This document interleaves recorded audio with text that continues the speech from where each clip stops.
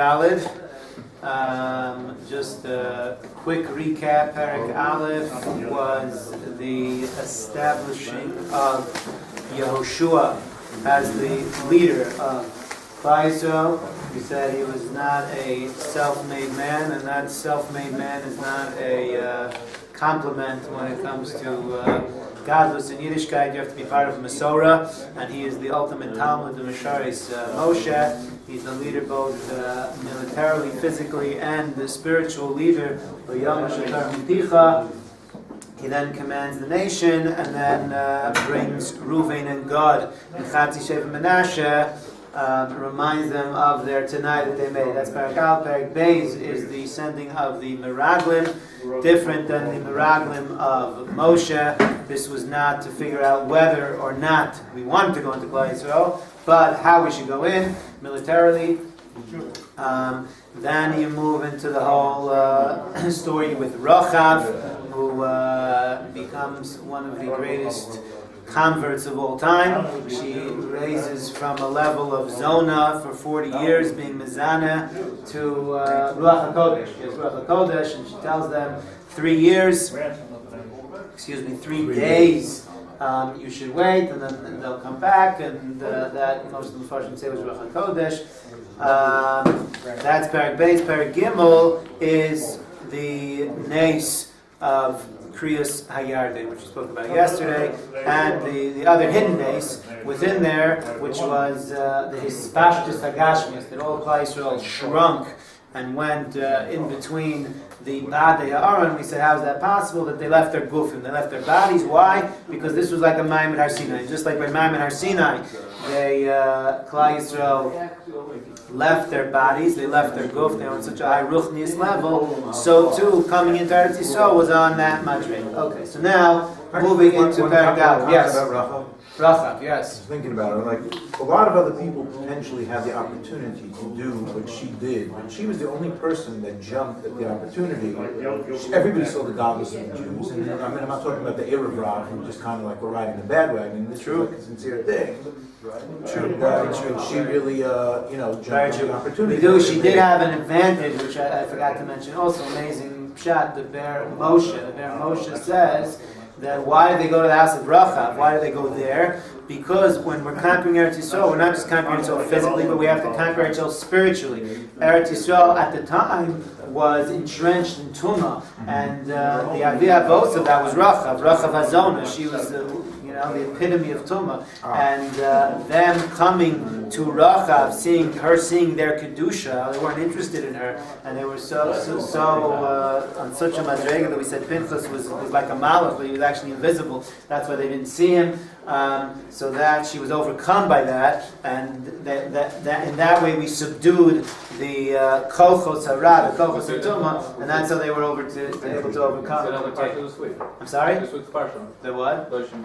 Hashem said, all the Tavos, this is why I'm taking them out. So they're doing all good things. Very good. Okay, Perek Dalet, we gotta move. Vayihi, kasher tamu kol hagoy, la'avor es hayarden, vayomer Hashem el Yehoshua leimon. And it was as the Am completed crossing the Yarden, and here you have something interesting, Piska be'emsa pasik. You have a pay, it should be, in the middle of a pasuk. Why do we have a pay in the middle of a pasuk? So, right, Rashi says, because really this nevuah is not happening now at this moment. It's really happened before. The nevuah we're about to talk about here in the Navi really happened earlier, and that's why it puts this psik in the middle, the stop in the middle. V'yom Hashem el Yehoshua leimar. You should know this wasn't happening now at this moment. This actually happened previously, before they went into the Yarden. Okay? Not everyone agrees to that. The Malbim argues, and the Malbim says, no, this is actually happening right now. Right now, Sharsa Alav Shchina, at this moment, entering into Eretz Yisrael, this unbelievable moment of Kabbalah Satar, this new Kabbalah Satar, at this moment, there's a nevuah that comes to Moshe. Pasuk Beis, Kichu lochem min ha'am, Shneim Aser Anoshim Ish Echad Mi Shaveh. I want you to take, Hashem is telling Yehoshua, I want you to take 12 individuals, one from each Shevet. Again, this is based on the same machlokas we just said. We mentioned earlier, if you look, back in Perek Gimel, Pasuk Yud Beis,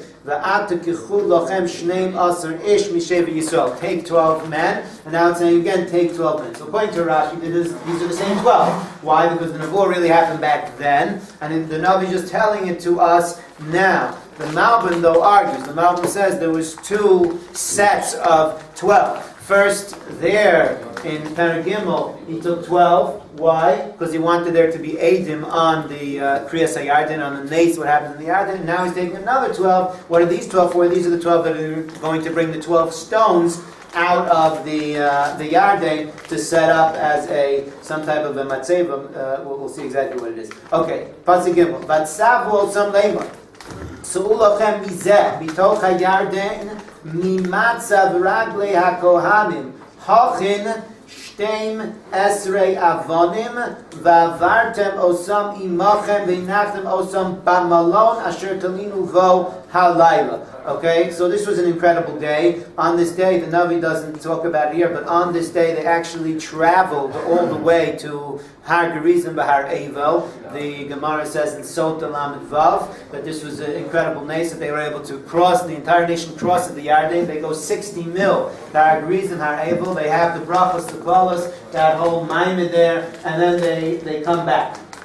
They come back to the Malon outside of the Yarden. Okay, so what's these 12 stones? They're taken from under the Raglei HaKohanim. Does these 12 stones remind you of anything? Remember anywhere else? 12 stones? Yaakov. Yaakov's 12 stones. So the Zohar said, was it the Zohar? Hold on, let me just not make up something. I'm sorry?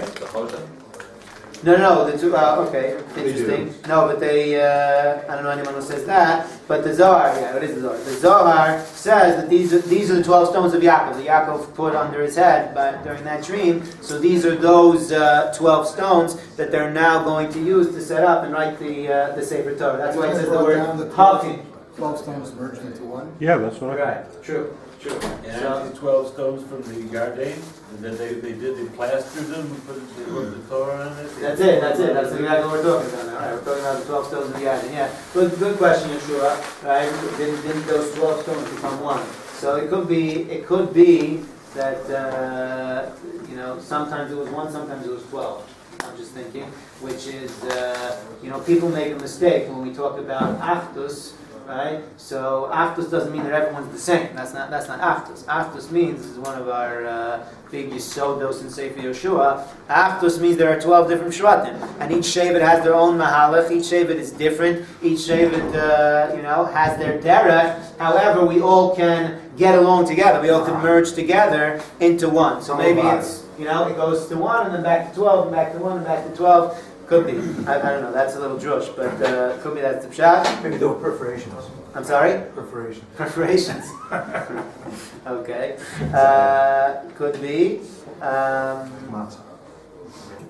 Fine. Now, Barbanel. What's the idea of these 12 stones? So Barbanel says very nicely, it's like a mezuzah, right? Just like in the entrance to the house, you have a mezuzah, and in the mezuzah, what do we have in the mezuzah? Is Shema Yisrael, Kabbalah Sol Malchus Shemayim. So this is the entrance to Eretz Yisrael. So should you not have a mezuzah on the entrance to Eretz Yisrael? Right. So this is the mezuzah that's at the opening of or at the entrance of Eretz Yisrael. The Me'am Loai says more of a down to earth pshat. The Me'am Loai says that this was the derech. In those times, that when you would conquer a land, so you would put up some type of monument, a matzeva, remembrance, like Titus did, right? When he conquered Eretz Yisrael, so he comes back to Rome and he puts up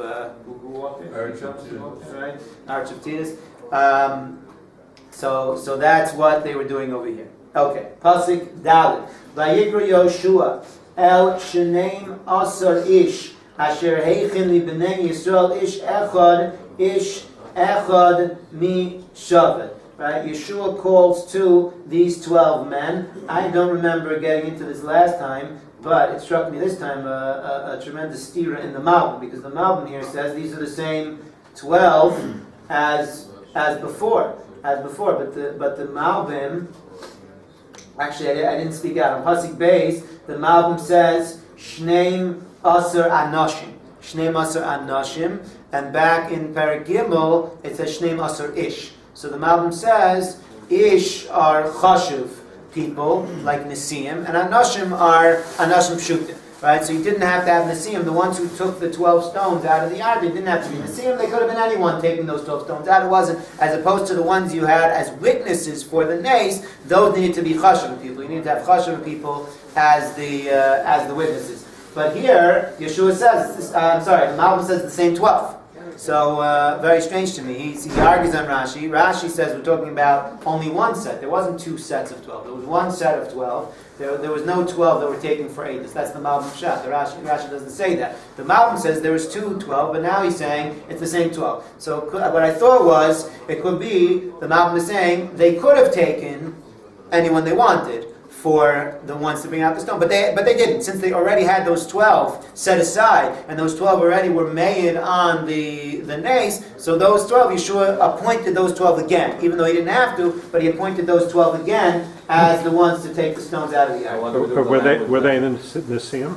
I'm sorry? Were they the Nesiim? Were they Nesiim? The Malbim seems to learn, not the Nesiim, but, very... One from each Shevet. Yeah, one from each Shevet, high-level representatives of each Shevet. How do they explain the change in Lashon between Ish and Anashim? That you could take, meaning, Dafka had to be Ish when it came to the Eidos. When it comes to taking out 12 stones, it could be Anashim, it could be anyone.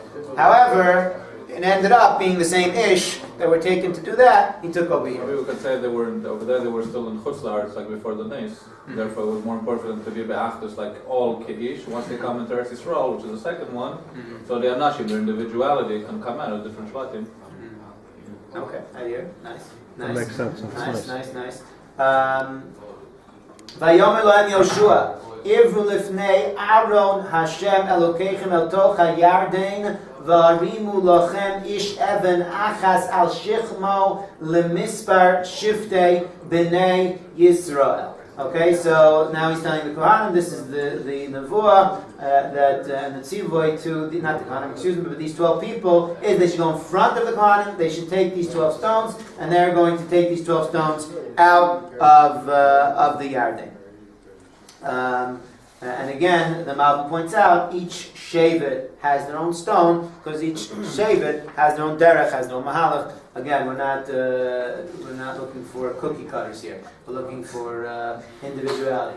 Pasik vav leman tia zos os bekir bechem ki yishalun b'neichem machar leimar ma ha'avanim ha'elu lochem. So the Malbim says there's two things happening right here. Okay, so one for this door, it's an os. This is an os. Maybe similar to what the Mayim Law, he says we're conquering Eretz Yisrael, and this is showing that Eretz Yisrael is becoming ours. This is the os. It's also a zikaron. This is also going to last generation after generation as a remembrance of the nisim that are happening here on this incredible day of coming into Eretz Yisrael.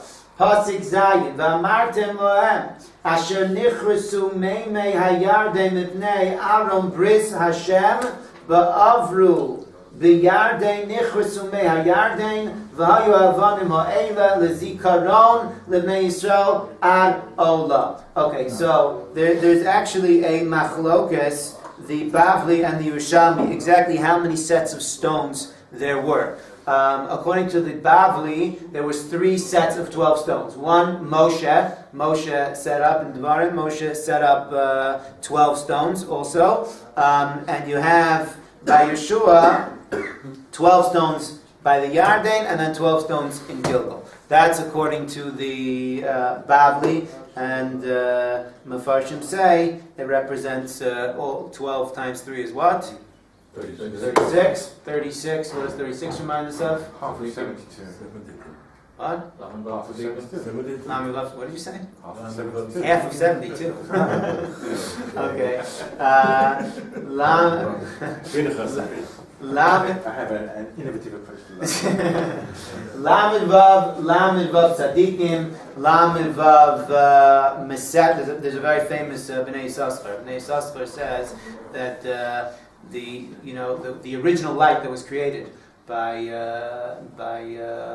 Brias Ha'olam, so that light was put away for the tzaddikim l'asiv lahu. That's the Or HaGanus. That's not regular light. That's not physical light. That was a special spiritual light, the Or HaGanus. So, how many hours did the world actually have that are? 36 hours. Right. 36 hours. And he says that light, that Or HaGanus, was then put into Shas, which is 36 Mesechtas.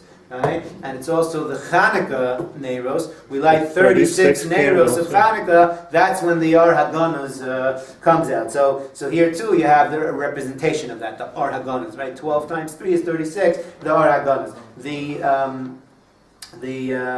Yerushalmi adds another time. The Yerushalmi says that you have Moshe's, you have inside the Yarden itself, right outside the Yarden, and in Gilgal. Four sets of 12. What's 4 times 12? What's 4 times 12? 48. It's 48. So then, according to 272 again. by half of what, Pinchas? Okay. So the 48. What does the 48 represent? Huh? Where's the Torah? Ah, excellent, right? Memches Dvarim She'atorah Nitzitz, right? Which a lot of people, even though Sefer is not exactly 48 days, but a lot of people try to learn a different one of the Memches Dvarim through the days of Sefer. And there's another pshat, the Rabbeinu Bechai. The Rabbeinu Bechai says that the stones of Moshe, they actually brought with them. They carried them with them, and those stones end up in Gilgal. Those ends up in Gilgal, and there were stones they left by the Yarden. So, according to the Rabbeinu Bechai, there are only 24. What does 24 represent? Huh? No. 24 is the Sefer HaTanakh. Sefer HaTanakh. Kaf Sefer HaTanakh. Okay, so whichever way you go, it's representing Torah. What about Yaakov's stones? What about them? Well, again, according to the Zohar, these were them. These were them. These were them, right? Which ones exactly? The ones that killed, the ones that stayed there, the ones that killed. I'm not sure about that, but these are them. Okay, where are we up to? Pasuk Ches. Vayasu Chaim b'nei Yisrael. Kasher tziva Yehoshua vayisu shnei esrei avanim mitoch hayarden kasher diber Hashem el Yehoshua lemisper shiftei b'nei Yisrael vaya'aviram imam el hamalon vayanichum shah. Right, and they took them with them to the malon. Ushneim bazikes ushneim esrei avanim heikim Yehoshua b'toch hayarden tachas matzav raglei hakohanim nosei Aaron habris. Vayiyu sham ad hayom hazeh. So here you see clearly, and how to work out. I'm not going to get into how to work out in the Yerushalmi that has this extra 12, but according to the Babli, it works out. You have the 12 that they took to Gilgal, and the 12 that stayed there in the Yarden, plus the ones of Moshe. So those are the 3 sets you see clearly in the Psukim. Now this set of stones that remains in the Yarden, there's a machlokas whether this was a tzivoy or not. The Rashi, the Radak says that it must have been a tzivoy, even though we don't see Hashem telling Yehoshua about 2 sets of 12, but it must have been a tzivoy. Yeshua wouldn't have done without a tzivoy. That Barbanel says no. That Barbanel says that Yeshua decided to set up another 12 stones. Another 12 stones, that's coming from Yeshua himself. Okay. The Das Sofrim is, and this comes up fairly often in Tanakh, Ad Hayom Hazeh. When we say the words Ad Hayom Hazeh in Tanakh, what does that mean? It's for eternity. Huh? It's for eternity. Eternity. Okay. What's another possibility? Ad Hayom Hazeh, until the time this was written. Right? Those are the 2 possibilities. Ad Hayom Hazeh could either be until this was written, or Ad Hayom Hazeh could be eternal. The Gemara actually brings 2 opinions, right? And the Gemara refutes the opinion because they bring proofs of things that it says Ad Hayom Hazeh, and they were not still around. The Okay? Chumash or not? I don't remember if the Rayas were Chumash Rayas, or I didn't look up the Gemara this time. I have to look at the Gemara, but it brings proof. So Reb Nebenzahl, who gives he gives his ha'aras on the Das Sofrim. So Reb Nebenzahl says maybe you could say that even though the Gemara is refuted, but it doesn't mean it's totally refuted. It means that there are some times where Adi Amazeh means eternal, and sometimes Adi Amazeh just means until the time, and you'll have to know which is what. As far as I don't know about these stones, if they're still around. I don't know that anyone's ever found these stones or seen these stones. Every time I take my kid to the Yarden, we say we're going to look for these stones. But so far we haven't found them. So far we haven't done. Okay. Pasik, anything else I wanted to say here? What was distinctive about them? How would anyone know? Say that again? What was distinctive about them? How would anyone know? Well, they're written. It's written on them. You're gonna find them one day. Question you're saying, is it written on all of them? Yeah. Maybe on just the ones in Gilgos, but maybe these ones in the Yarden with just the Matzevah. So how would we know? How would we know? Come on, Eliezer, if we saw these stones, we would know, no? I would know. I don't know about you. Okay, Pasik good. V'akohaim, no say ha'aron omdim b'toch ha'Yarden, ad tom kol ha'davar asher tziva Hashem es Yehoshua l'davar l'ha'am, k'chol asher tziva Moshe es Yehoshua vayimaru ha'am vayavu. So as we said before, this nace was completely dependent on the Kohanim. Kol Zman, the Kohanim's feet are in the Yarden, so we have this nace. As soon as they take their feet out, the nace ends. So while their feet are in there, that's when the Klal Yisrael has to all pass through. Now, Rashi says here, Atom Kol Hadavar. Atom Kol Hadavar, K'moshe Shinu M'Sefer Sota, Odam B'Yarden, Amalam Yeshua De'u. Lama atem ovrim es hayarden al menashe toshiru es kol yoshvei haaretz. So as they're standing in the Yarden, Yehoshua is telling them, now why, what's the point of us coming into Eretz Yisrael? So remember, we're saying this is like a Kabbalah Satorah. And just like Kabbalah Satorah, what happened by Kabbalah Satorah? What does Hashem do by Kabbalah Satorah? Threatened us, right? Kafa alein har kagigas. He put a mountain over our heads, and he says, "Im bekabel Torah muta, vim lav shamte kurasvem." So the Mepharshim say that's what's happening here too. Yeshua is telling them, "You now are going into Eretz Yisrael." As according to the Ramban, the only place we can keep the mitzvahs is in Eretz Yisrael. The only place we're really able to keep the mitzvahs is in Eretz Yisrael. More than that, and we'll talk about this in a few parakim, more than that, they're mekabel on themselves now, arvos, meaning every Jew is responsible for every other Jew, which is, this is a big thing. And Yeshua is telling them, do you want this? Do you want this? Or do you not want this? If not, I can bring this water down on you right now if you don't want to accept it. So just like a Kabbalah Satorah. Sorry? The Arvis wasn't by Kabbalah Satorah? The Arvis, so it's a machlokas in the Gemara. We'll get into this in a couple of prakim, but what level are? Could be there was Arvis. Some say there was Arvis then, but now it was Arvis even on the Nistar, even on the sins that people do privately. As opposed to by Arsina it was only publicly, and some say no, there was no Arvis yet. By Arsina, and the Arvis only started in Eretz. So the proof is Acham, right? The proof is Acham, right? And we get to Acham, we'll talk about exactly, because Acham nobody knew about it, and still we were held responsible. Very good. Right? Okay. Vayihi kasher tam kol la'am.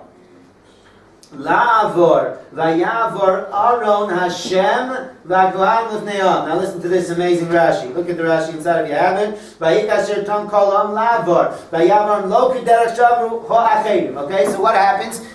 According to Rashi at least, the Kohanim take one step in to the Yarden. The water stands up. Right, 300 mil according to one pshat. All of Klal Yisrael passes through. All Klal Yisrael passes through. The Kohanim is still standing there with the ark. So what happens now? So Rashi says, "Lo k'der shavrachim ela k'moshe mafurish lemata be'inyan nas ukafay isragli Kohanim la'achoreim el acharav." Remember, according to Rashi, they just took one step in. Now they take one step back. They take one step back outside the Yarden. El hasafa shenichnasu ba, back onto the shore where they entered. Shayom demetzla b'chadzu hamayim la'achoreim leilei kitzmol shilshom, and the water comes crashing back down with all of Klal Yisrael on one side of the Yarden and the Kohanim and the Aaron on the other side of the Yarden. Nimsa Aaron v'nosa mitzad zeh v'chol Yisrael mitzad zeh, and then what happens? They fly. They fly. Nasa Aaron as nosav v'avar. Right? The Aaron picks up the Kohanim, flies over the Yarden, and Rashi says lifnei ha'am le'enei ha'am, in front of the nation. So, what's the question? Why? Spectacle. Yeah, what's the point of this nace here? What's the point of this nace? You had dry land there. They could easily just walk through the Yarden. Why is Hashem doing this? What will we talk about today?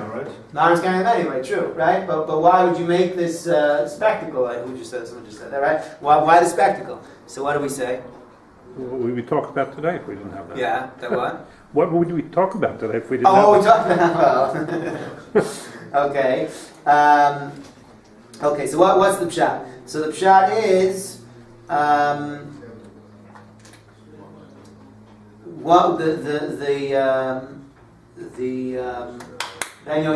Ben Yoyada says the point of this nace was to show the koach Torah, to show what the Torah is. All in front of all the Am, we see obviously the Aaron is representing the Torah. The Torah is inside. The Sefer is inside. This is the koach Torah. This is the koach Torah, and more beautiful pshat. I think the Mishpat Zav brings this. Right, Klal Yisrael may be feeling right now a little intimidated. Okay, as we just said a pasuk ago, they were threatened. Do you wanna keep the Torah? All mitzvahs, all malchus shemaim, arvus. You're responsible for every other Jew. Any other Jew sins, even privately, you're going to be responsible for that. They can be thinking right now, well, this is too much, right? Can we handle this? Are we able to do this? So HaKadosh Baruch Hu makes the nace, right? No say as no so. That the Aaron carries those that are carrying it. What's Hashem saying? That if you keep the Torah is going to carry you. The Torah is going to carry you. You don't need to carry the Torah, but the Torah is carrying you. You keep the Torah properly, you'll have all the kochos you need in order to keep the Torah. Beautiful idea. The Mechtam Eliyahu says over here that you have some nisim that are within Teva, and some nisim that are L'malam in a Teva, right? The Kriyas Hayardin itself, we saw the Rabbi yesterday, you could say that was much more in Teva. A wind comes, a strong wind, and holds back the water. This, though, this is a nace completely L'malam in a Teva, and that's because the Torah is completely L'malam in a Teva. Right? When it comes to the Torah, it's completely L'malam in a Teva, so therefore the nace is as well. Okay. Vayavu b'nei Reuven. Is that where we are? We read Yudal. Field base. Vayavnei Reuven and bnei Gad v'chatzi Shevet HaMenashe chamushim livnei bnei Yisrael kasher diber aleya Moshe. Now Reuven and Gad and Chatzi Shevet HaMenashe go and take up the front line. So this is a big change here. Until now, they were traveling. Keseder had the Golan. The Gra pointed out that there are 42 Masaos. The last Masa didn't happen in the Midbar. The last Masa was them going from Shittim until the Yarden. That was the last Masa. That up until that point they were traveling in order of the Degalim. Now when they come into Eretz Yisrael after they cross the Yarden, so now the whole formation changes, and Reuven, Gad, Chatzi Shevet Menashe now go up to the front. They are leading the Jews into battle. Pasuk Yud Gimel. Chamushim. Armed here? Armed, yes. Same Lashon as when they left Mitzrayim. Correct. Chamushim. Yud Gimel. K'arbayim elef chalutzei hatzava avru lifnei Hashem lamilchama el arvos Yericho. Okay, so they have the soldiers now, 40,000 soldiers ready to do battle with Yericho. Who are the 40,000 soldiers? So that's what it says. Don't think this was only Reuven and Gad. This is all the soldiers, which probably was majority Reuven and Gad, but not all. Okay? Pasuk Yudal. Vayomahu Gidel Hashem es Yehoshua be'einei kol Yisrael vayiru oso kasher yaru es Moshe kol yemei chayav. On that day, Yeshua now is elevated to greatness in the eyes of the people. Somebody said, the Klal Yisrael didn't need Nisim then for Emunah. Yisrael had this is the Dardeya coming into Eretz Yisrael. They don't need Nisim for Emunah B'Hashem. They needed the Nisim though for Emunah B'Yeshua. Right? The Nisim were coming for Emunah B'Yeshua. They had to believe in Yeshua the way they believed in Moshe, and that was what was accomplished on this day. Right? Now they looked at him, and one pshat is just like Moshe had Kriyas Yamsuf, Yeshua has a Kriyas HaYarden, so Yeshua is now elevated to the level of a Moshe in the eyes of Klal Yisrael. Pasuk says, "Vayomer Hashem el Yoshua leimor, Tzaveh es hakohanim nosei Aaron ha'edus vaya'alu min hayard." Okay, so this is going back again. Okay, right. So this is what is happening to the Kohanim.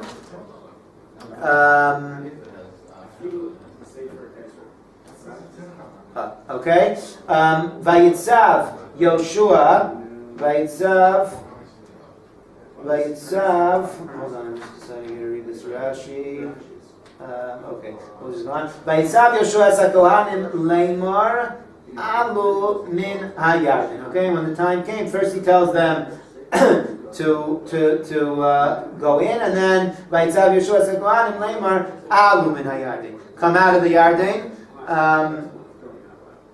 Vayihi, pasuk Yudches, Vayihi, ke'alos u'ba'alos hakohanim nosei Aaron b'ris Hashem mitoch hayarden nitku kapois raglei hakohanim el acharava vayashvu mei hayarden limekol. Okay, when the Kohanim take their feet out, they put their feet on dry land. Vayeshuvu min hayarden limkolmam vayelchu kitmo shilshom el kol gidosav. And now the Yarden goes back to its flow. We said Al Kol Gedosav. This is in the month of Nisan when the Yarden is at its highest and strongest point.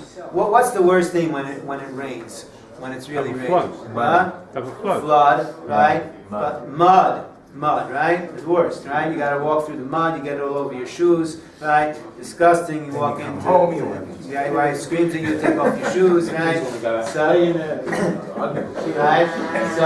So here we have, the Kohanim are stepping into the Yarden, right? You think it's going to be pretty muddy.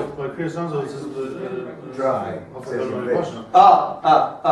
so that's what the Malbim says here too, right? El hacharava, right? The dry land. So there was no mud. This was one of these. The Malbim says there are three nisim going on here, right? So what nes was? It was charava. It was totally dry.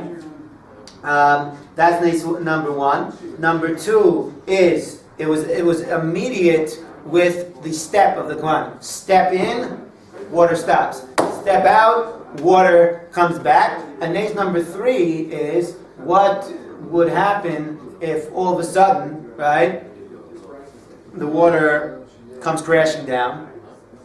Like Eliezer said, it would create tremendous floods all over the area, right? You have this 300 mil high pillar of water, all of a sudden comes crashing down, so water's going to go all over the place, flood all the neighboring areas. Anytime a dam gets open, there's like massive tidal wave. Right, Most of it right. should have been ice. Right. What? Most of it should have been ice. Why? Because Like that's so high. yeah. That's so high up, Immediately. right? But that didn't happen, right? So that was the third nes, that it comes back to exactly the way it was before, flowing nicely. That's how it comes back down. Is there a connection between Torah and this water? The whole concept is Torah and water seems to you reminds me resonate of with pshat I me. forgot to say. One pshat, right? We said, according to the Barbanel, so the stones that remained in the Yarden, according to the Barbanel, Hashem didn't tell Yeshua to do that. He did that on his own. So why? Why would he do that? Why would he put stones? So one pshat, a very nice pshat, is that even when you feel like you're drowning, right? When you're overwhelmed, things aren't going your way, and you're having Yerida, right? And it feels like everything's on top of you, right? So even then, you gotta attach yourself to the Torah, right? That's why that's the symbolizing, or I don't know what the word is, but the fact that the stones are under the water, remaining under the water, that was a very nice shot that he says. Also, what did you have? You asked the question? I want to say something. The relationship between water and The Torah. relationship between It's always, Right. water is always like compared to Torah. Right. Compare the water to the Torah. Okay, I don't know what I was going to say. Okay, here's the big pasuk. Pasuk Yutes. Va'am alu min hayardein ve'asor lachodesh arishain vayachanu begilgal b'ktzei mizrach Yericha. Okay, so they come up on Yud Nisan. What else do we know about Yud Nisan? What else happened? Right? That's when Klal Yisrael took the carbon Pesach on Yud Nisan. And there's a huge question that all Mepharshim ask. Everyone asks as many answers to this. Maybe as many answers as why is Hanukkah 8 days if they already had enough oil for 1 day. Why is it 8 days, right? So you have Ner L'Meir, Ner L'Chamisha, 500 answers to that. So there's many answers to this too, which is, what's the question? That if they took the carbon on Yud Nisan, so why do we celebrate it on Shabbos HaGadol? Right? Shabbos HaGadol doesn't necessarily always fall out on Yud Nisan. Right? So what's pshat that instead of making a day Yud Nisan, they make a Shabbos HaGadol? So there's many terutzim for that. But maybe the most pshat teretz, the Taz actually says, that the reason why they made it on Shabbos HaGadol and not on Yud Nisan is if they would make it on Yud Nisan, people wouldn't know what Nes it's commemorating. People would think that it's not for the carbon, the animals that he took, rather it's for Kriyas HaYarden. That was one of the biggest days in our history, right? The Kriyas HaYarden, Nes of coming into Eretz Yisrael. People would start celebrating Yud Nisan as the day they come into Eretz Yisrael. So, in order not to mix up the two, they made it Shabbos HaGadol as opposed to Yud Nisan. Interesting. Other Mepharshim say that it was b'schus, the Mesiris Nefesh of Klal Yisrael. Remember, these are the gods of the Mitzrim, and they're taking them in front of their eyes, right? B'schus that Mesiris Nefesh, that's where they were zoche to the Kriyas Yamsuf, right? So one led to the other, and that's why both of them happen on Yud Nisan. Okay, Pasuk Chaf. The Eis Shtei. Kriyas Yamsuf or Kriyas? Kriyas Yarden. V'eis shtein esrei yuhavanim ha'ila shevachu min hayarden heikim Yehoshua begilgal. Okay, other ideas about these 12 stones. So the Rabbi says this was like the Tzintzenes Haman and the staff of Moshe. The Tzintzenes Haman, where was the Tzintzenes Haman put? It was put inside the jar. Next to the Aron, right? The jar. As a remembrance for the Nes that happened. So he says, so too, Gilgal, what was Gilgal? Gilgal was actually, the Mishkan stayed there for many years in Gilgal, right? Until they were able to bring it to Shiloh. So the Mishkan was actually in Gilgal. That's why these stones were set up there, is to remember the Nes, which happened by Kriyas Yamsuf, just like the Tzintzenes Haman. He says there's a difference. The Rabbi says, he says that the Nesim of Yehoshua were not on the level of the Nesim of Moshe. They were on a lower level. And you see the Nes of the Tzintzenes Haman was a constant Nes because it didn't rot. Right? The Tzintzenes Haman stayed there. The month stayed there constantly. That was amazing, right? They took it out. Right? What was it? 800 years later, whatever it was, and was still not spoiled. Right? So an incredible continuous Nes that happened with this Tzintzenes Haman, as opposed to these Avanim. Okay.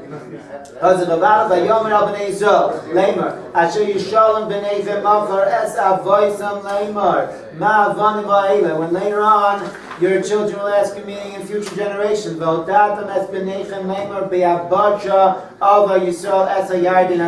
is bringing out what the Malbim said earlier, that it was going on this star as an os, and also future generations as a zikaron.